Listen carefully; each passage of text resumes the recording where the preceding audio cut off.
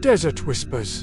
In the heart of the Tar Desert, under a sky that burns blue by day and bleeds crimson at dusk, there lies a village swallowed by silence. No smoke rises from its chimneys, no voices echo through its streets. Kuldhara, name barely uttered, wrapped in centuries of dust and dread. It is said that on one moonless night, every soul in this village vanished, leaving behind their homes, their belongings, and a curse.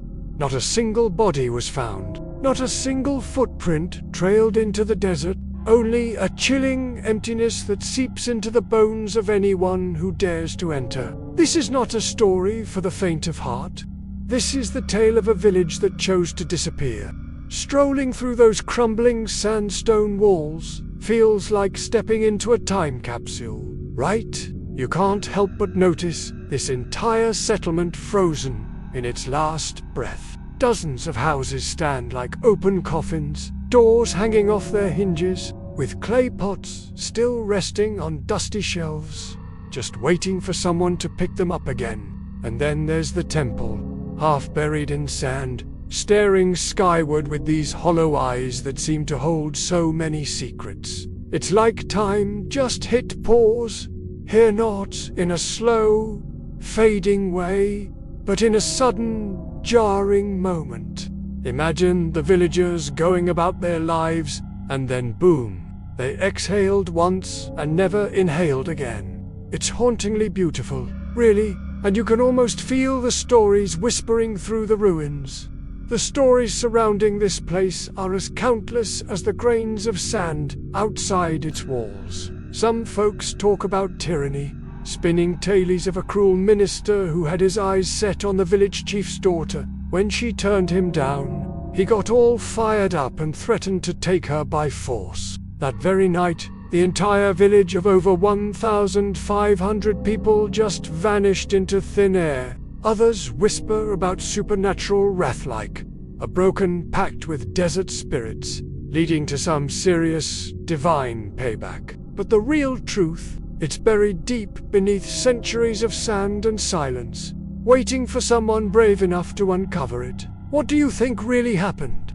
Kuldhara was once this vibrant hub for the Palewal Brahmins, a community that was not just wealthy but also super smart and peaceful. They really knew how to make the most of the harsh desert, pulling water from hidden wells to create a lush oasis bursting with culture and knowledge. It's like they turned a barren land into a flourishing paradise. But then, out of nowhere, they vanished.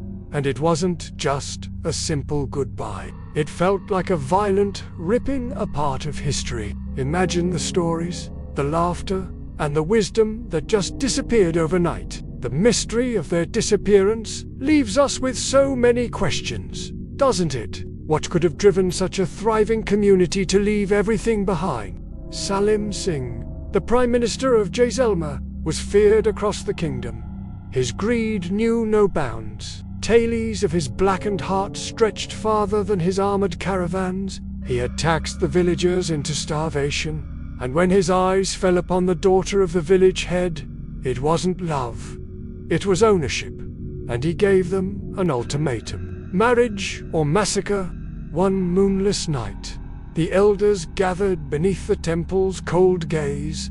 There were no easy choices, but they would not let their daughters become slaves to lust, nor their lives be measured in coin. So they made a pact to abandon their homes and disappear, not just from Kuldhara, but from history itself. Before leaving, they laid a curse upon the land, that no one would ever be able to settle in Kuldhara again, that the soil would reject roots, and the walls would crumble at any attempt of rebirth. To this day, those who try to restore the village report strange accidents, sudden illnesses, and night terrors that drive workers mad. Kuldhara resists the living. British explorers in the 1800s documented the ghost town with fascination, but what they found puzzled even the most rational minds. Utensils were left on stoves, doors were unbolted, documents unburnt. It was as if everyone had expected to return, and yet they never did. Modern-day ghost hunters speak of footsteps in the sand, the giggle of children behind broken walls, and the sound of 1,000 whispers when the wind dies. Equipment malfunctions, cameras glitch, and those who spend the night often wake up screaming, their minds shattered by dreams they cannot describe. Anthropologists offer dry explanations: drought, overtaxation, migration, but no theory explains the perfection of the disappearance. Why leave in such synchronicity? Why was there no record of their arrival elsewhere? Why did none of the 84 nearby villagers report their arrival? Why is the land still cursed? Some say the Polywall Brahmins did not disappear. They were devoured by something older than empires, buried deep beneath the dunes. Something they had worshipped or imprisoned, and in fleeing, they awakened it. At the heart of the village stands a dried-up well. Locals claim it was not for water, but for sacrifice. Animals, maybe humans, offered to an ancient entity known only in fragments of forgotten scriptures. And when the final sacrifice was denied, the entity took what it was owed.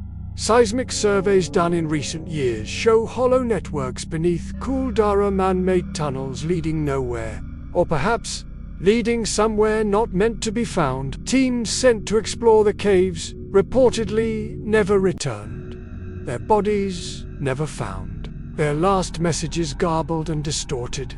Recovered scrolls, half-burned and point to a secret order among the Brahmins who practiced rituals not aligned with any known form of Hinduism. Symbols etched in obsidian, chants that disrupted compass needles. It wasn't black magic. It was older. Several witnesses claim to have seen a figure watching from the edge of the village, always at night, always still, its face shrouded, its limbs too long. It does not move, but when you look away, it's gone.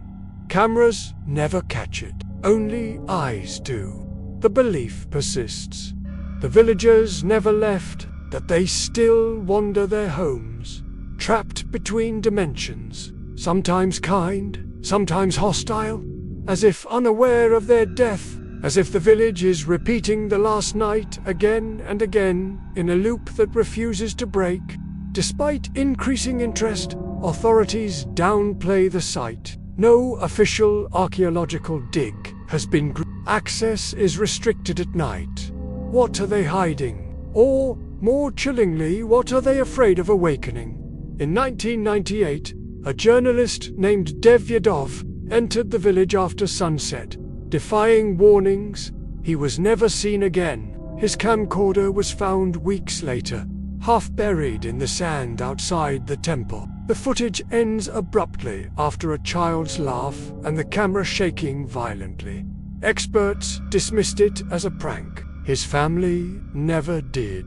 Once every few years, residents of neighboring villages report the sky above Kuldhara glowing red, as if lit from beneath. No fire is found, no heat detected, just an unnatural light that dies by dawn. Scientists attribute it to atmospheric refraction. Locals know better. In 2013, a rare sandstorm exposed something unnerving: a single footprint, smaller than a child's, but clawed, deep, and leading toward the temple. It did not match any known species, and the next day, it was gone. Tourists still visit, lured by curiosity, but few stay past dusk. The air grows thick.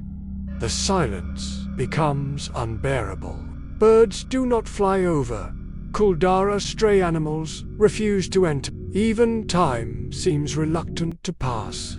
Some theorists propose a mass hypnosis event, orchestrated by the Brahmins themselves, a form of spiritual exodus, where bodies were left behind but minds ascended. But no bones were ever found, no remains, not even ashes.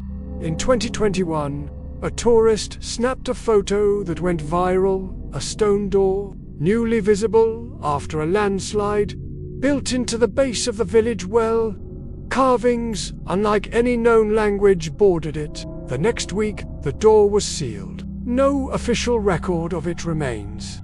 If you stand in Kuldhara at midnight and silence your own thoughts, you might hear it.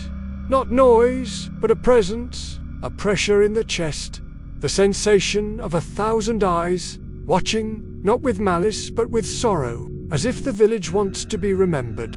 Perhaps Kuldhara was not a place. Perhaps it was a boundary between the seen and the unseen, between the known and the forgotten, between life and something far older. And maybe, just maybe, the Polywal Brahmins didn't vanish. They escaped because something was coming, and it still is.